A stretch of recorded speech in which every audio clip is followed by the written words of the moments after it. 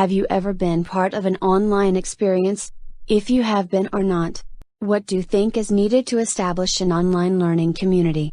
My understanding, it is challenging to establish a sense of community in an online class. Yet, it can be achieved if educators and learners maintain their roles efficiently. There are three essential components to ensure that professional learning successfully happens within a learning community. To be successful, learning communities must engage in cycles of continuous improvement, as well as individuals. Members exchange feedback about the more educators share and support each other, the quicker both student and educators grow. Technology can help facilitate and expand community interactions. In addition, it ensures that there is a constant flow of information between schools, within schools, and across the community, including resource sharing, knowledge sharing, and learning. Develop collective responsibility, and create alignment and accountability.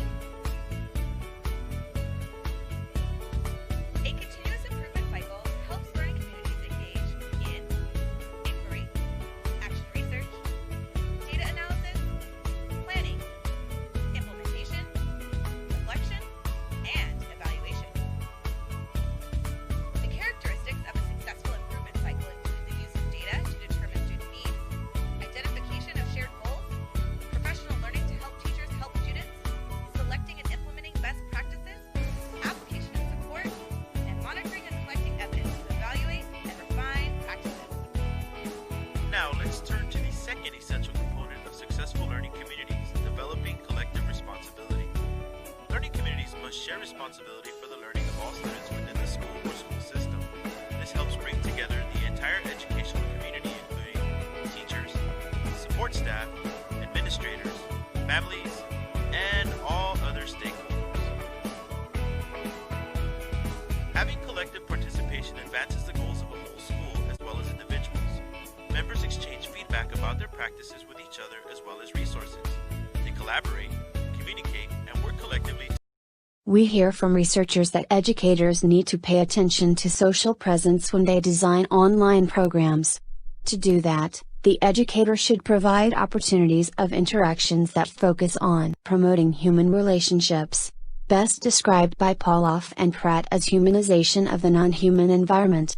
Additionally, they need to set the climate that facilitates sharing and participation. For example, setting roles, rules, and guidelines for minimal participation. They also need to model behaviors conducive to building community such as responsiveness and respect, and hence, the students will learn by observing and copying such behaviors.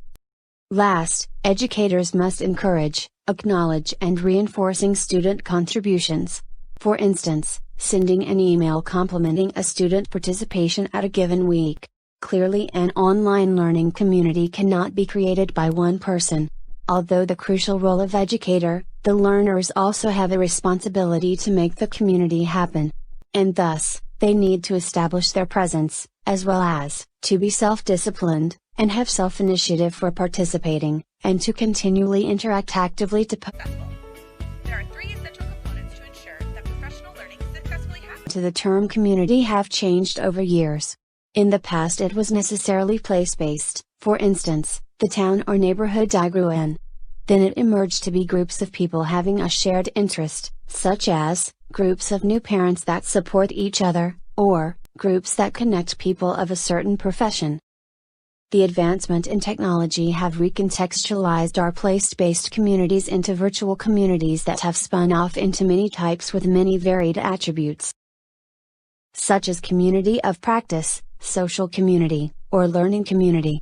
Now, communities are formed around issues of identity and shared values but, not necessarily place-based. Among all these variations, community has always been to me, a sense of belonging, a feeling that members matter to one another, and, that all needs will be met through commitment. In higher education, the online community has been increasingly explored.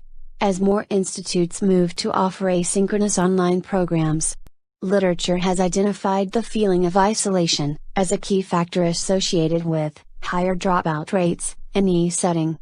Eastman made the point that online students' feelings of being alone can be overcome when students join together in a community.